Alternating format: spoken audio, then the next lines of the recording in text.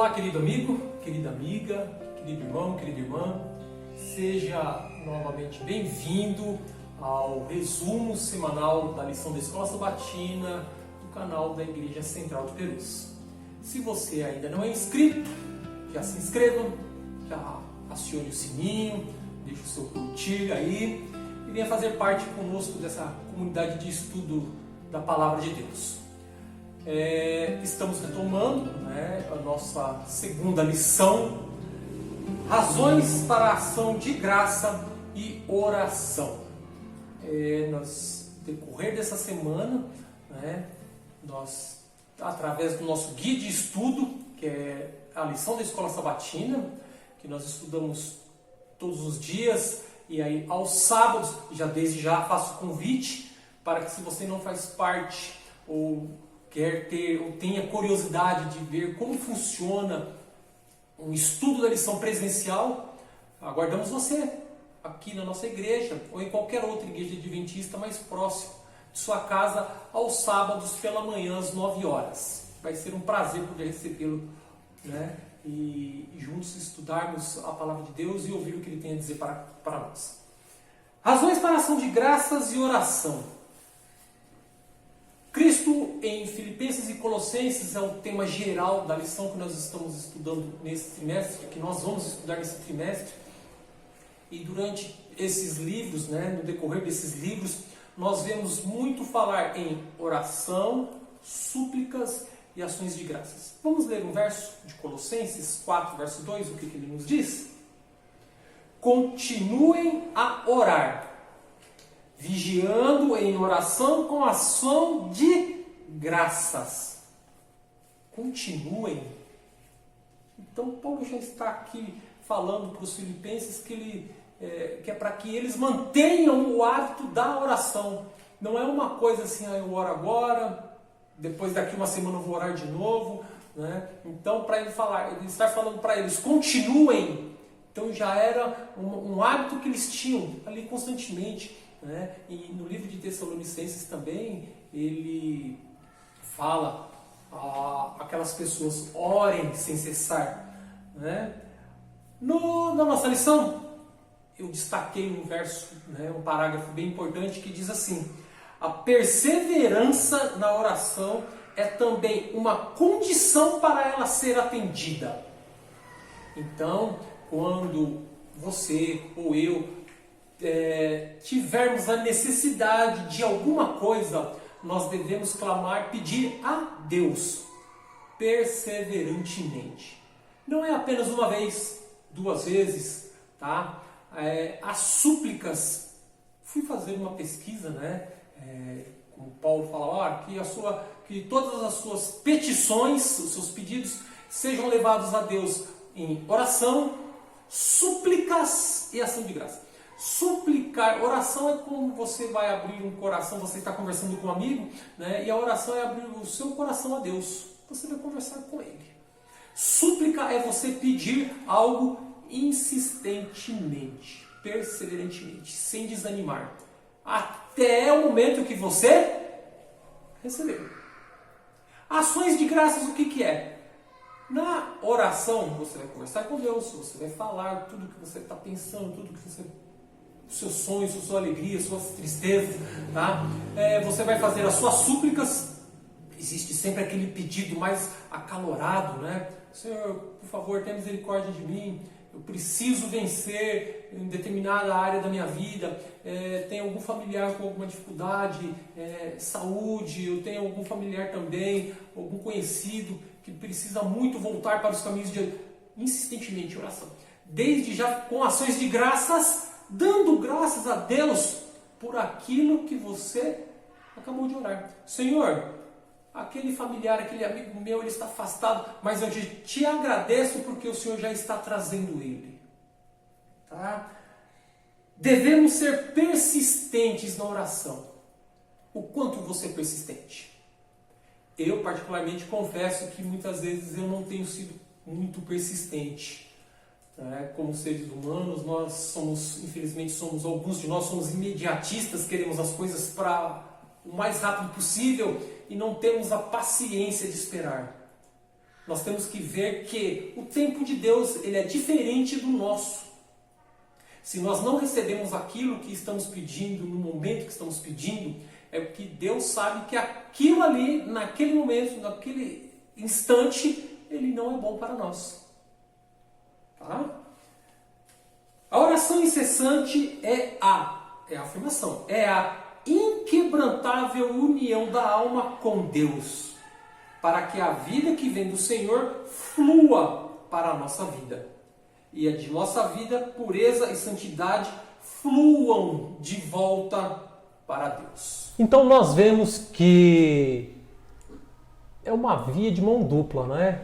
Assim como uma lâmpada ela precisa da eletricidade para dar a sua luminosidade, nós precisamos estar conectados com Deus para que a vida que é dele venha para nós e essa vida dele nos atue na nossa vida, nos transforme, né, pelo poder e a atuação do Espírito Santo.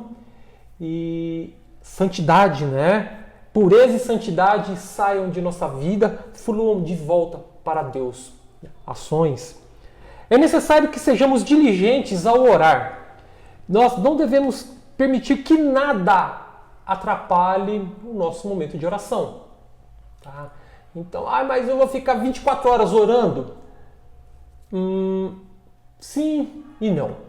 Tem os momentos que são necessários que você, como Jesus falou, vá lá ao seu quarto, se ajoelha quietinho, em segredo. Teu pai que está em secreto, ele vai te ver e vai te abençoar. Você precisa desse momento para conversar com Jesus, para abrir o coração, para chorar se preciso for. Tá? Existem momentos que você precisa ter de oração com o seu familiar, esposa, esposo, filha, filho. E existe também os momentos que você precisa ter de oração pública. Você vai orar com uma outra pessoa que não seja um familiar próximo, parente. Existem momentos que você vai ter de oração congregacional, você que vai a uma igreja.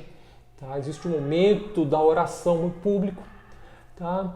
Mas na maioria das vezes, quando nós estamos andando de caminho para o trabalho, sentados, esperando algum atendimento, seja lá o que for, nós podemos levantar a Deus uma oração. Senhor, fica comigo aqui, vamos conversar um pouquinho. Sabe, eu tinha tanta coisa, tinha aquele trabalho para realizar na escola, aquele trabalho no meu serviço mesmo, a minha família, enfim.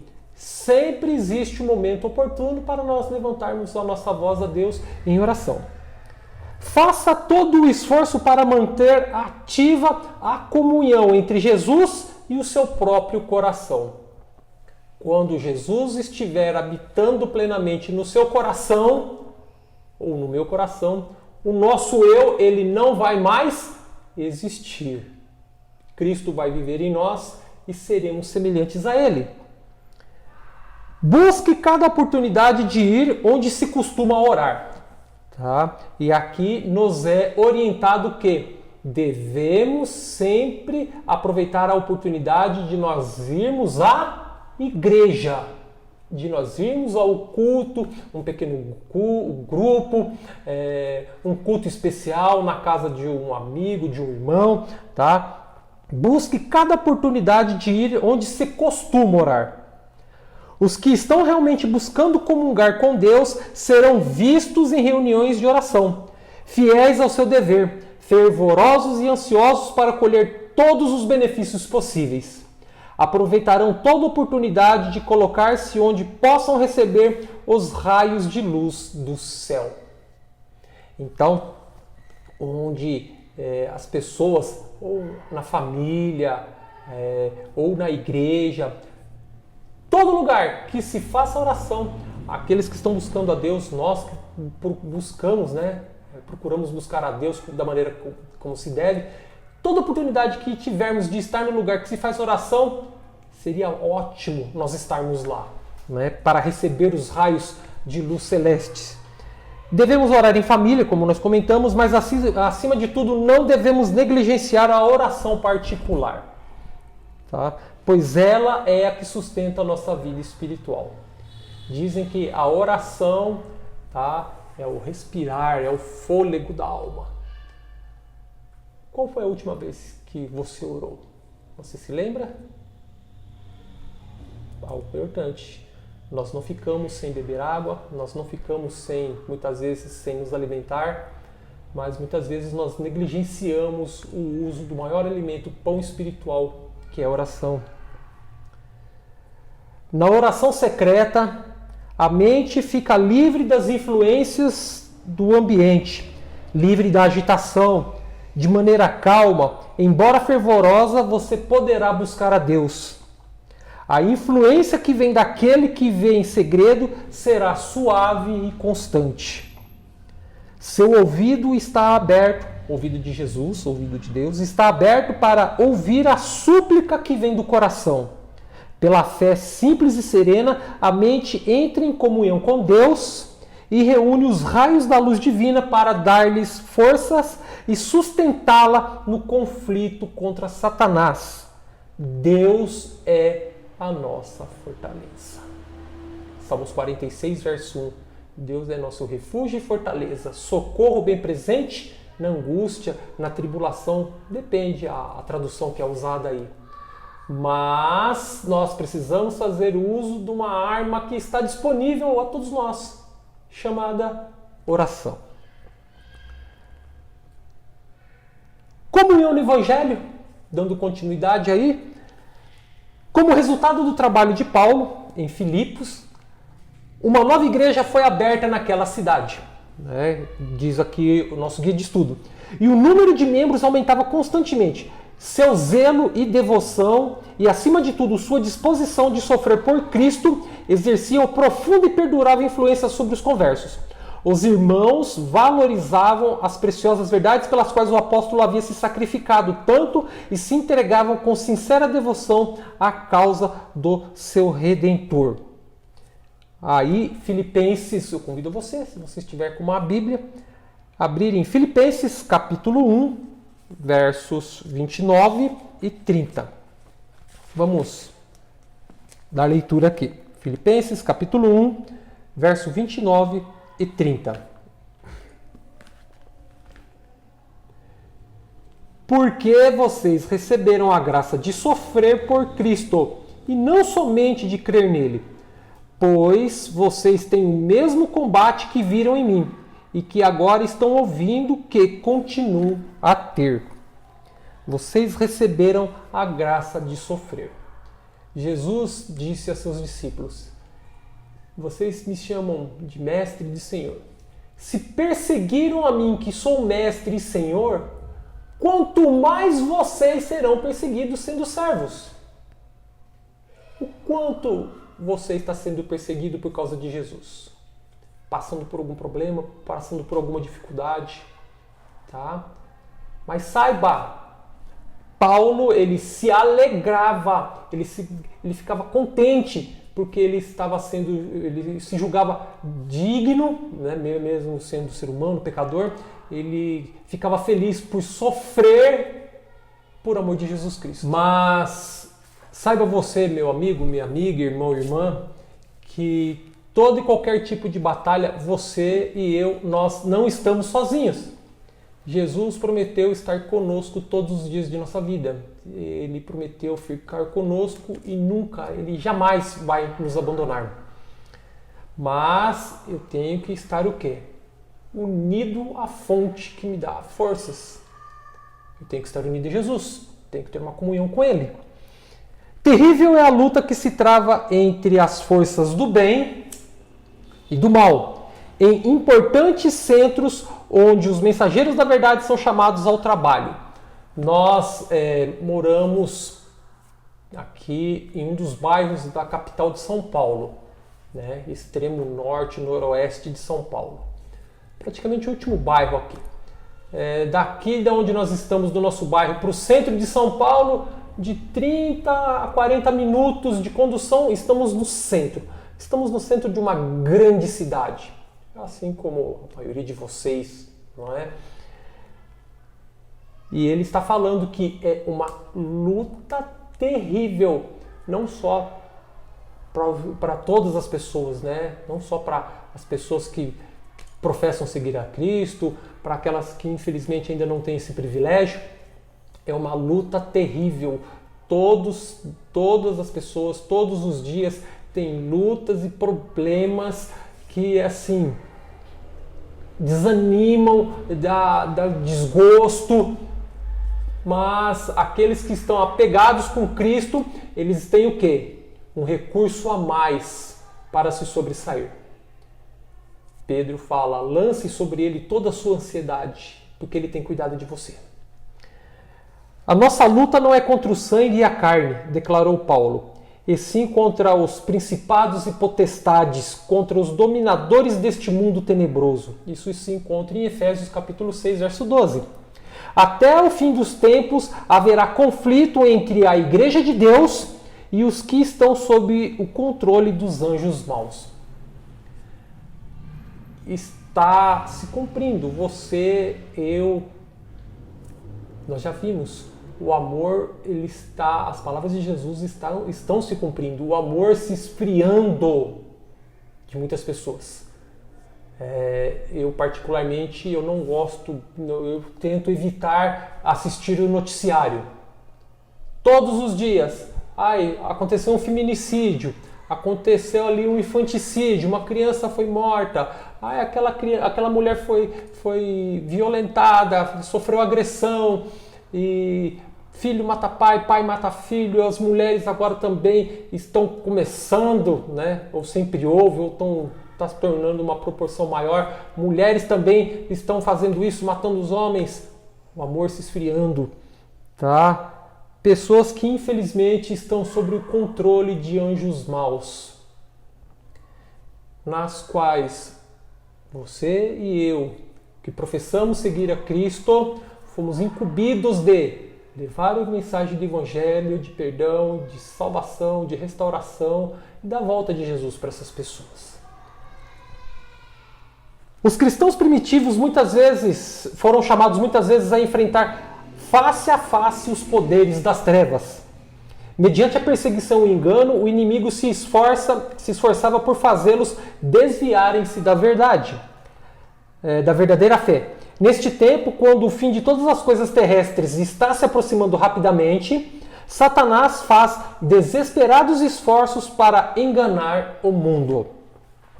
Mas aqueles que estão unidos com Cristo, eles florescerão. E pelo seu amor e pela sua misericórdia, eles terão a vitória. A impiedade, infelizmente, e isso Paulo já escrevendo naquele tempo. Agora imagine se Paulo vivesse hoje. Qual seria a reação dele? Ele escreveu: a impiedade está alcançando um nível nunca antes atingido. Contudo, muitos pastores estão clamando paz e segurança. 1 Tessalonicenses, capítulo 5, verso 3. Mas os fiéis mensageiros de Deus devem prosseguir firmemente com sua obra. O tempo que nós estamos vivendo é um tempo que todos nós temos que estarmos nos habilitando no estudo da palavra de Deus, guardar a palavra de Deus no coração, pregar a palavra de Deus a outras pessoas, anunciar da volta de Jesus, falar para elas, olha, esse não é o caminho que você deve seguir, esse caminho não é bom, esse caminho vai destruir, vai te levar para a corrupção. Olha, Jesus Cristo, ele deixou as cortes celestes, deixou a adoração dos anjos e veio a este mundo viver como um ser humano, tá? Veio, morreu numa cruz que não era dele, tá? Foi sepultado, ao terceiro dia ele ressuscitou pelo poder do Espírito Santo, pelo poder de Deus, por ele mesmo ser a vida. E hoje ele está sentado à destra de Deus, intercedendo por cada um de nós. Ele deu a sua vida para que a vida dele fosse sua. E o que nos impede muitas vezes de entregarmos o coração a Jesus?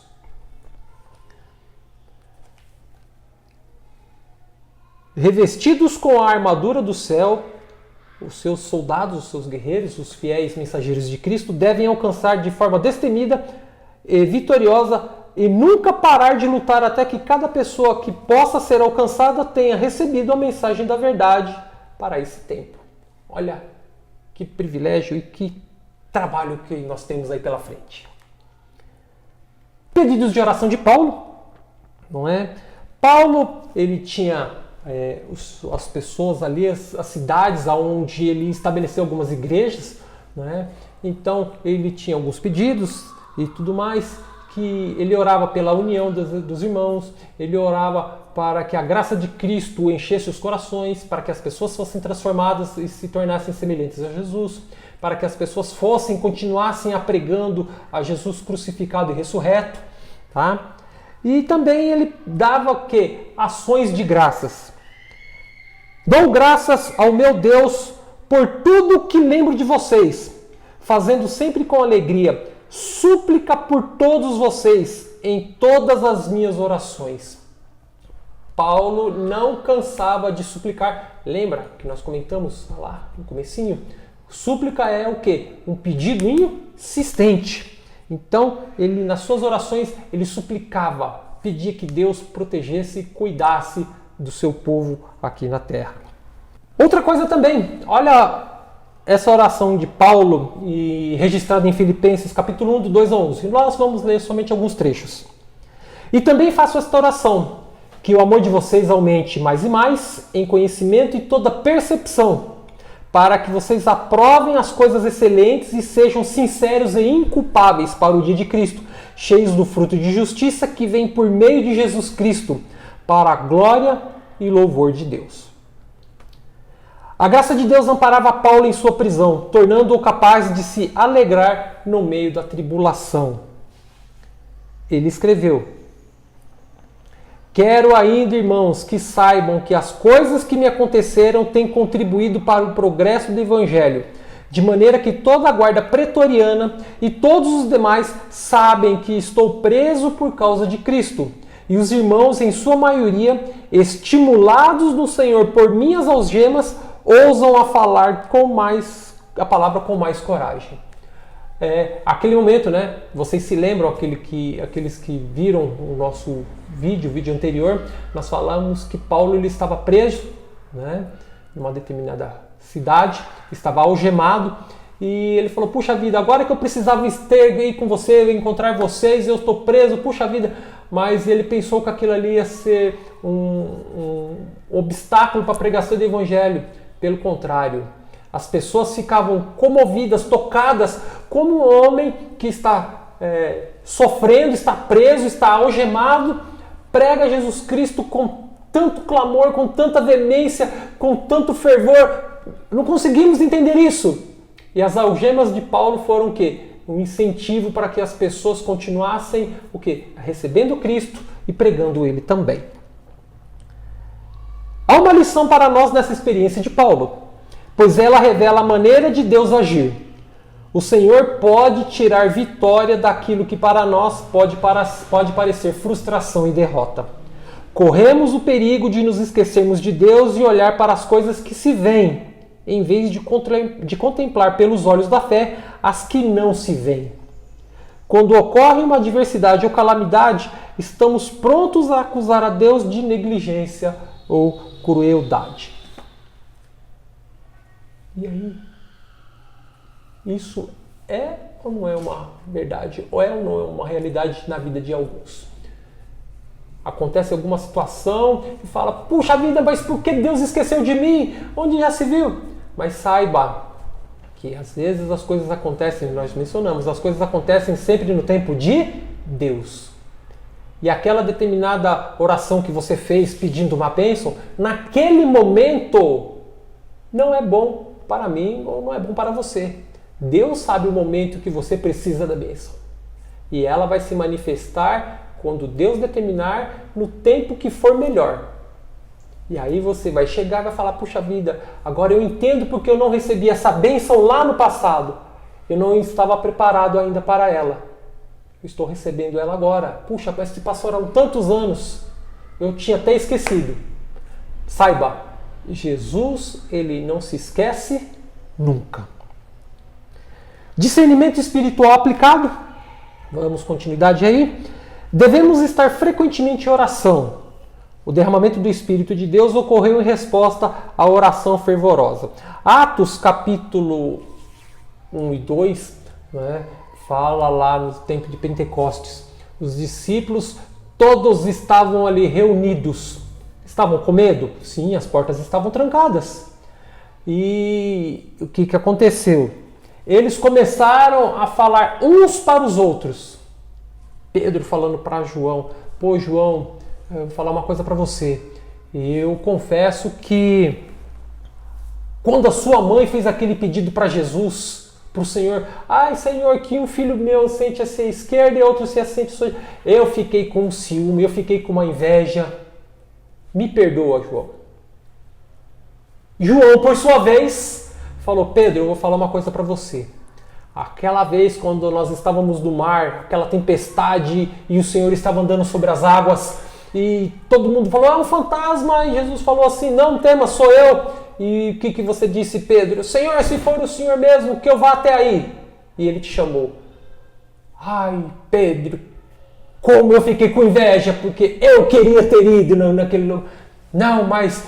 E outra coisa, Pedro, quando você olhou para trás, como quem diz: olha, eu estou andando sobre as águas e você afundou, eu pensei no meu coração: bem feito. Me perdoa, Pedro. E eles começaram a se confessar os seus pecados uns aos outros. Não tinha mais angústia, não tinha mais rancor, não tinha mais ressentimento, mágoa.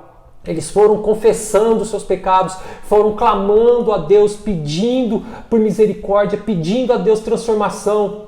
E naquele momento, quando todos estavam reunidos, o Espírito Santo veio sobre eles. Gente, e o Espírito Santo veio sobre os apóstolos, por quê? Eles estavam ali, todos reunidos, não para relatar boatos ou escândalos. Não estavam procurando expor todo o defeito que pudessem encontrar no caráter de um irmão. Sentiam sua necessidade espiritual e clamavam ao Senhor pela santa unção que os ajudasse a vencer suas próprias fraquezas e os habilitasse para a obra de salvar os outros. Oravam com intenso fervor para que o amor de Cristo fosse derramado em seus corações. E quão importante é para nós o exemplo dos apóstolos lá no passado. O quão importante é nós clamarmos a Deus para que o Espírito Santo venha em nosso coração e expulse todo rancor, toda a mágoa, todo ressentimento, toda mentira, toda inveja, toda a idolatria, seja lá o que for, que o Espírito Santo se faça pleno no nosso coração. E uma vez isso acontecendo na nossa vida, as pessoas vão olhar, ao olhar para nós, vão ver a imagem e a semelhança de Jesus. E terão desejo de conhecer esse Deus a quem nós servimos também. 2 Coríntios, capítulo 5, verso 17. Convido que você abra sua Bíblia. E assim, se alguém está em Cristo, é nova criatura. As coisas antigas já passaram e eis que se fizeram novas. Mas aquele irmão, aquela irmã continua, eles têm umas atitudes estranhas, algo parecido, esquisito isso, não é? Você já talvez deva ter se perguntado isso. Ou você que está nos acompanhando, não faz parte de nenhuma denominação, você deve, infelizmente, não digo isso com alegria, deve ter visto alguém que professa alguma crença agindo de uma maneira imprópria. Você fala: mas aquela pessoa não é um irmão, não vai a uma igreja, tá? Aí vem a pergunta, ou a explicação de Paulo, aqui em 2 Coríntios 5,17. Esse irmão, essa irmã, ou eu mesmo, estamos em Cristo? Porque quando eu estou em Cristo, as minhas atitudes são as atitudes semelhantes a de Jesus, por pensamentos, palavras e ações. Tá? Aí, os meus dons, meus talentos, as minhas habilidades, os meus recursos são usados para que aquela pessoa conheça Jesus também e tenha a oportunidade de se entregar a Ele. E eu, e até mesmo você, às vezes nós vamos ser o único Jesus que muitas pessoas vão ver.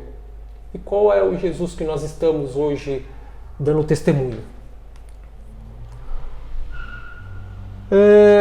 Frutos do Evangelho, né? Gálatas capítulo 5, verso 22 e 23, fala: o fruto do Espírito é amor, paz, alegria, longanimidade, benignidade, fidelidade, fé, mansidão, domínio próprio.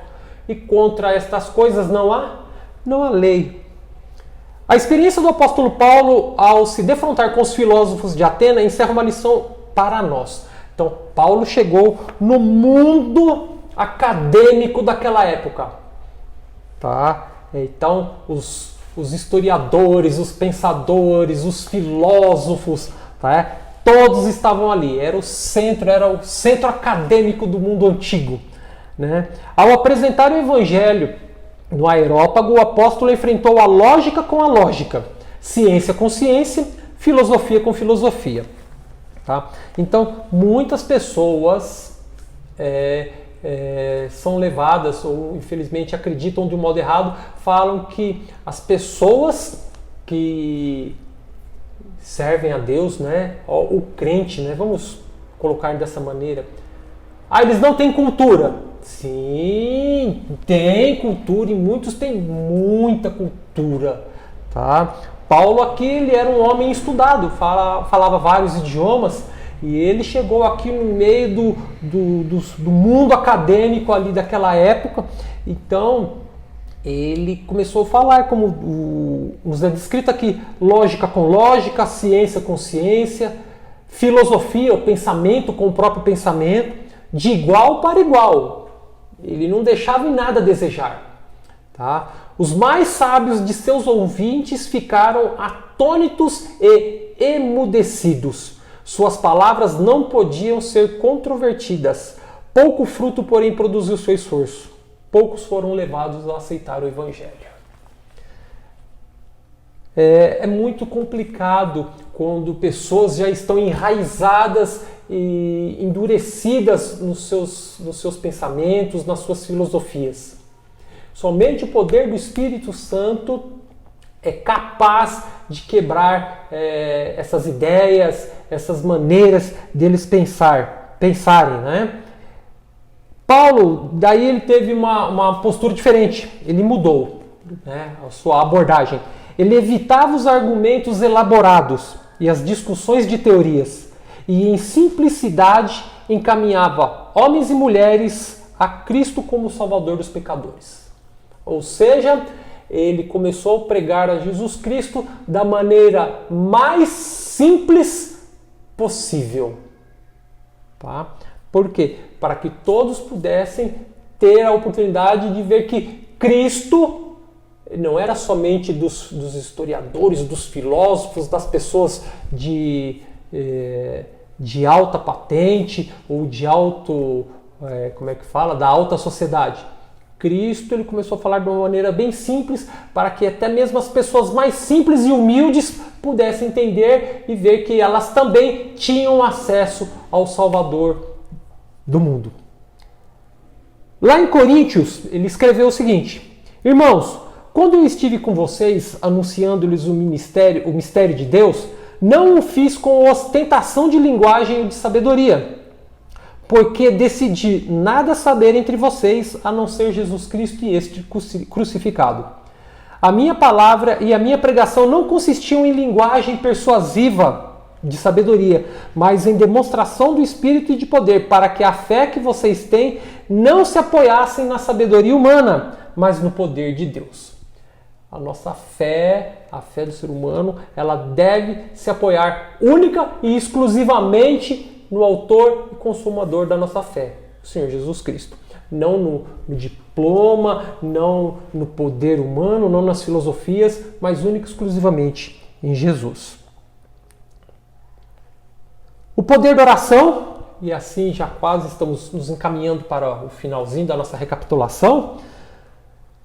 O grande apóstolo Paulo era inflexível quando estava em jogo o dever e o princípio, mas a cortesia era um notável traço de seu caráter. E isso lhe dava acesso às mais altas classes da sociedade. Paulo jamais duvidou do poder de Deus para lhe dar graça de que necessitava para viver a vida de um cristão. Ele não vivia sob uma nuvem de dúvida, tateando em meio às trevas e à incerteza, queixoso das dificuldades e provas. Paulo tinha uma experiência religiosa sadia. O amor de Cristo era tanto a sua mensagem principal quanto a força que o compelia e dirigia suas ações. Quando ele se encontrava nas circunstâncias mais desencorajadoras, que teriam desanimado os cristãos menos comprometidos, ele permanecia firme, cheio de coragem, esperança e ânimo. A mesma esperança e boa disposição se manifestou nele quando, no convés do navio, açoitado pela tempestade, a embarcação começou a despedaçar. Deu ordens ao comandante do navio e preservou a vida de todos a bordo. Eu me recordo, agora imagina, nunca tive a oportunidade de andar num navio em alto mar. Mas uma certa vez eu vi um vídeo da cabine do capitão de um navio cargueiro andando no alto mar e nesse momento devia ter alguma tempestade. Então o cargueiro vinha nas ondas e em um determinado momento ele abaixava, descia nas ondas e a onda cobria aquele navio. De assistir o vídeo eu já fiquei apavorado. Agora imagine Paulo, aquelas pessoas naquele tempo andando no navio e o navio afundou, tá? E o navio afundou. Deixa eu aqui me encontrar aqui. Ah, tá. A embarcação, o navio começou a despedaçar-se. Ele deu ordens ao comandante do navio, e preservou a vida de todos a bordo. Ele era prisioneiro, mas também, na realidade, ele era o senhor do navio, o mais livre e feliz de todos a bordo. Paulo, quando esteve perante reis e dignatários da terra, os quais tinham sua vida nas mãos, não se intimidou, pois havia entregado a Deus a vida, e esta estava escondida em Cristo.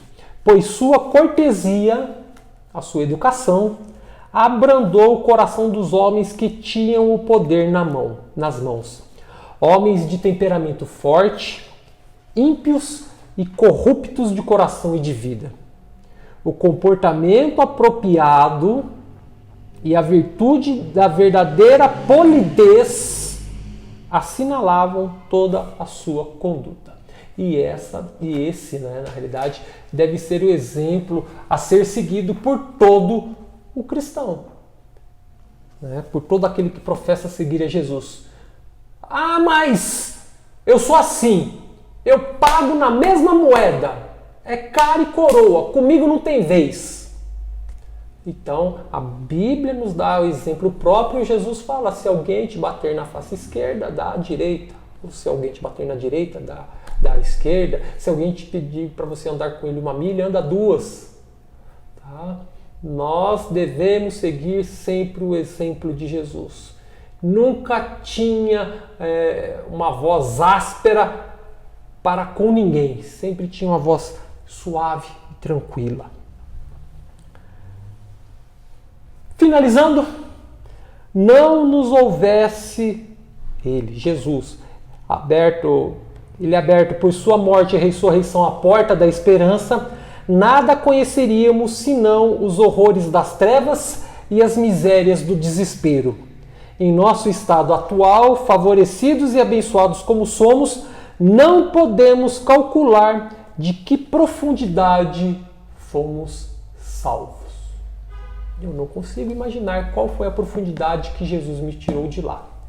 Mas você e eu podemos ter profundidades diferentes. Mas saiba, graças a Deus que por Jesus Cristo Ele nos tirou das trevas para a sua maravilhosa luz. E nesse convite para andarmos na luz, eu te convido para que nós façamos uma oração de agradecimento a Jesus por tudo que Ele tem feito por nós. Vamos orar? Obrigado, Jesus. Nós não sabemos qual foi a profundidade das trevas que o Senhor nos tirou, Mas graças a Deus que o Senhor nos tirou de lá, que o Senhor nos tirou das trevas para a sua maravilhosa luz. Senhor Jesus, que todas as nossas obras se façam em Ti. Dai-nos, ó Deus, a polidez, a educação, a moderação na nossa voz, para que nós falemos a boa palavra no seu tempo a todos os que estão aflitos e carentes de conhecer o seu nome. Que o Senhor nos use como ferramentas, ó Pai, para pregar o Evangelho, para falar da volta de Jesus, anunciar o nosso Senhor, anunciar a sua salvação, que é dada a todos gratuitamente. Fique conosco nesse dia, nos abençoe e nos guarde. Nós oramos, Santo Deus, em nome de Jesus. Amém. Até a próxima.